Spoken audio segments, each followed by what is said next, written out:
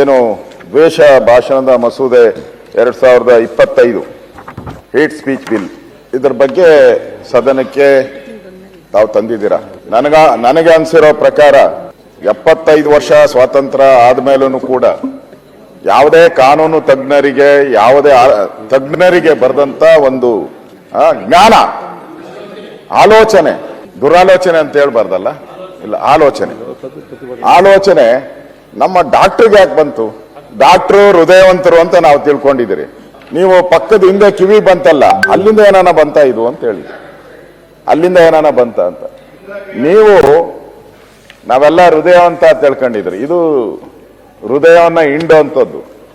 ಹಿಂದೆ ನಾವೆಲ್ಲ ಸುರೇಶ್ ಕುಮಾರ್ ಅವರೇ, ಮಾಸ್ಟರ್ ಹಿರಣ್ಣಯ್ಯನವರು ಇದ್ರು, ಭ್ರಷ್ಟಾಚಾರದವರು ನಾಟಕಗಳು ಮಾಡ್ತಾ ಇದ್ರು, ಲಂಚ ಅವತಾರ, ಎದುರುಗಡೆ ಮುಖ್ಯಮಂತ್ರಿ ಕೂರಿಸ್ಕೊಂಡು ಮಾತಾಡೋರು ಅವರು.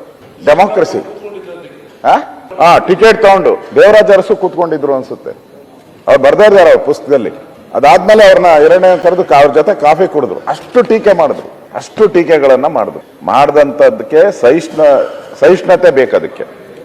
ಇವತ್ತು ನೀವು ತಂದಿರುವಂತ ಬಿಲ್ ಏನಿದೆ ಅದರಲ್ಲಿ ಈ ಪೊಲೀಸ್ ಅಧಿಕಾರಿಗಳು ಏನಿದಾರಲ್ಲ ಅವರು ಒಂಥರ ಹಿಟ್ಲರ್ ಆಗೋತಾರೆ, 100% ಹಿಟ್ಲರ್ ಆಗೋತಾರೆ.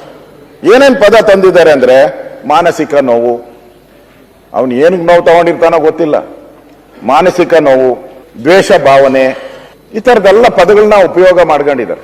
ಇಲ್ಲಿ ಸಂವಿಧಾನದ 19(1)(a) ಏನಿದೆ ಅಭಿವ್ಯಕ್ತಿ ಸ್ವಾತಂತ್ರ್ಯ, ಇದರ ಪೂರ್ತಿ ವೈಲೇಷನ್ ಆಗ್ತೈತಿ.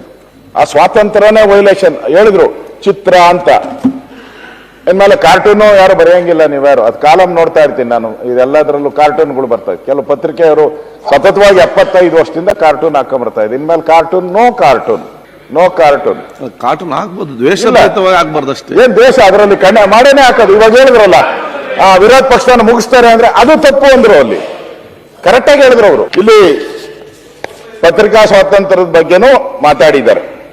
ಅವರು ಏನಾದರೂ ಆ ತರದ ಗಂಭೀರ ಭ್ರಷ್ಟಾಚಾರದಂತ ಗಂಭೀರ ವಿಚಾರಗಳನ್ನ ಏನಾದರೂ ಮಾಧ್ಯಮದವರು ಮಾಡಿದ್ರೆ ಅಷ್ಟೇ ಅವರು ಬೇಲ್ ಅಪ್ಲಿಕೇಶನ್ಗೆ ಹಾಕಬೇಕು. ಇಷ್ಟದಿಂದ ಬೇಲ್ ಇರಲಿಲ್ಲ, ಬೇಲ್ ಅಪ್ಲಿಕೇಶನ್ಗೆ ಹಾಕಬೇಕು ಅವರು, ಇಲ್ಲ ಅಂದ್ರೆ ಅರೆಸ್ಟ್ ಅವರು. ಅದನ್ನು ನಾನು ಹೇಳ್ತಾ ಇದ್ದೀನಿ. ಇವಾಗ ಯಾರೋ ಒಬ್ಬ ಯಾವುದೋ ಒಂದು ಸಂಸ್ಥೆಯ ಒಬ್ಬ ವ್ಯಕ್ತಿ ಹೇಳಿಕೆ ಕೊಟ್ರೆ ಇಡೀ ಸಂಸ್ಥೆಯ ಮೇಲೇನೆ ಕೇಸು. ಈಗ ಯಾರೋ ಕೊಲೆ ಮಾಡ್ತಾನೆ ಯಾರ್ದೋ ಮನೆಯಲ್ಲಿ ಅಂತ ಇಟ್ಕೊಳ್ಳಿ, ಯಾರೋ ಮಗ ಮಾಡ್ತಾನೆ, ಅವ್ರ ಅಪ್ಪನ ಅವ್ರ ಅಮ್ಮನ ಜೈಲಿಗೆ ಹಾಕ್ತೀರಾ? ಕಾನೂನು ಯಾವ ಕಾನೂನಲ್ಲಿ ಹೇಳ್ತೈತೆ ನಿಮ್ಗೆ? ಅಂದ್ರೆ ಯಾವ ಉದ್ದೇಶ ಇಟ್ಕೊಂಡು ನೀವು ಮಾಡ್ತಾ ಇದ್ದೀರಾ ಇದನ್ನ? ಇಲ್ಲಿ ಅವರು ಈ ಅಧಿಕಾರವನ್ನ ಪೊಲೀಸರಿಗೆ ಕೊಡೋ ಮುಖಾಂತರ ಒಂದ್ ರೀತಿ ಪೊಲೀಸ್ ಇಲಾಖೆಗೆ ಸ್ವೇಚ್ಛಾಚಾರ, ದುಡ್ಡು ವಸೂಲಿ, ಈಗಂತೂ ದುಡ್ಡು ವಸೂಲಿ ಜಾಸ್ತಿ ಆಗಿದೆ, ಇನ್ನಷ್ಟು ಮಾಡ್ತಾ ಇದ್ದೀರಾ. ಇದು ಅಷ್ಟೇ, ಈ ಬೇಲೆ ಇಲ್ಲ, ಇದಕ್ಕೆ ಬೇಲ್ ಇಲ್ಲ, direct jail, no bail go to jail bill. ಇದು ಪರಿಶುದ್ಧ ನೀರು ಎಮರ್ಜೆನ್ಸಿ ತಂದೋರಿಂದ ಇನ್ನೇನು ಬಯಸಕ್ಕೆ ನಾವು ಸಾಧ್ಯ ಇದೆ? ಹೋಲ್ಸೇಲ್ ದರದಲ್ಲಿ ಎಮರ್ಜೆನ್ಸಿ ತಂದೋರಿಂದ ನಾವೇನು ಸಾಧ್ಯ? ಅಧ್ಯಕ್ಷರೇ, ಈಗಾಗಲೇ ಈ BNS ಆಕ್ಟ್ ಇದೆಯಲ್ಲ, ಈ ಕೂಡಲೇ ಸಂಪರ್ಕಿಸಿ. ಇದೆ, ಕೇಂದ್ರ ಸರ್ಕಾರ ತಂದಿರುವಂತದ್ದು BNS ಆಕ್ಟ್. ಇದರಲ್ಲಿ ನೀವು ಏನೇನ್ ಪನಿಷ್ಮೆಂಟ್ ಏನ್ ಮಾಡಿದ್ರೆ ಅಂತ ಆಲ್ರೆಡಿ ಇದೆ, ನಮ್ಮ ಕಾನೂನಲ್ಲೇ ಇದೆ. ಹೊಸದಾಗೇನು ತರೋ ಅಂತ ಅವಶ್ಯಕತೆನೇ ಇಲ್ಲ. ಯಾವುದೇ ವ್ಯಕ್ತಿ ಯಾವುದೇ ಪೂಜಾ ಸ್ಥಳ ಅಥವಾ ಧಾರ್ಮಿಕ ಆರಾಧನೆಯನ್ನು ಅಥವಾ ಧಾರ್ಮಿಕ ಆಚರಣೆ ನಡೆಸುವಲ್ಲಿ ನಿರತರವಾದ ಯಾವುದೇ ಕೂಟದಲ್ಲಿ ಉಪಪ್ರಕರಣ 1ರಲ್ಲಿ ನಿರ್ದಿಷ್ಟಪಡಿಸಿದ ಅಪರಾಧವನ್ನು ಮಾಡಿದರೆ ಅವರಿಗೆ 5 ವರ್ಷಗಳ ಅವಧಿಯ ವಿಸ್ತರಿಸಬಹುದಾದ ಕಾರಾಗೃಹವಾಸ ದಂಡಿಸತಕ್ಕದ್ದು ಮತ್ತು ಜುಲ್ಮಾನೆ ಸಹ ಗುರಿಯಾಗುತ್ತದೆ. ಇದು ಆಲ್ರೆಡಿ ಇದೆ. ಯಾವುದು? ನಮ್ಮ BNS ಭಾರತೀಯ ನ್ಯಾಯ ಸಂಹಿತೆ 23ರಲ್ಲೇ ಇದೆ, ಆಲ್ರೆಡಿ ಇದೆ. ಇನ್ನು ಬೇಕಾದಷ್ಟು ಹೇಳ್ತೀನಿ. ಇವ್ರು ಹೇಳಿದ್ಕೆಲ್ಲ ಇಲ್ಲಿ ಈ BNS ಕಾಯ್ದೆಯಲ್ಲೇ ಇದೆ, ಬಹಳಷ್ಟು ಕಾಯ್ದೆ ಇವ್ರು ಹೇಳಿದ್ದೆಲ್ಲನೂ ಕೂಡ ಇಲ್ಲಿದೆ. ಇಲ್ಲಿ ನನಗನ್ಸೋ ಪ್ರಕಾರ ಇವರು ಒಂದ್ ರೀತಿ ರಾಜಕೀಯದ ದ್ವೇಷ ತೀರ್ಸ್ಕೊಳೋದಕ್ಕೆ ಇದು ಒಂದು ಒಳ್ಳೆ ವೆಪನ್, ಬ್ರಹ್ಮಾಸ್ತ್ರ ಮಾಡ್ಕೊಂತಾರೆ ರಾಜಕಾರಣಿಗಳು, ಯಾರೇ ಇರ್ಬೋದು. ಅವ್ರ ಮೇಲೆ ಬ್ರಹ್ಮಾಸ್ತ್ರ ಉಪಯೋಗ ಮಾಡಿ ಅವ್ರನ್ನ ಕಟ್ಟಾಕೋಕೆ ಮಾಡ್ತಾರೆ. ಇಷ್ಟು ದಿನದಿಂದ ಒಂದು ಸ್ವಾತಂತ್ರ್ಯ ಇತ್ತು, ವಾಕ್ ಸ್ವಾತಂತ್ರ್ಯ ಇತ್ತು, ಹೋರಾಟ ಎಲ್ಲ ಕಾಂಗ್ರೆಸ್ ಅವರು ಬಹಳ ಹೋರಾಟಗಳು ಮಾಡ್ತಾ ಇದ್ದಾರೆ ಪಾರ್ಲಿಮೆಂಟ್ ಎಲ್ಲ, ನಮ್ಮ ಸ್ವಾತಂತ್ರ್ಯ ಎಲ್ಲ ಹೊರಟೋಗ್ಬಿಟ್ಟಿದೆ ಅಂತ.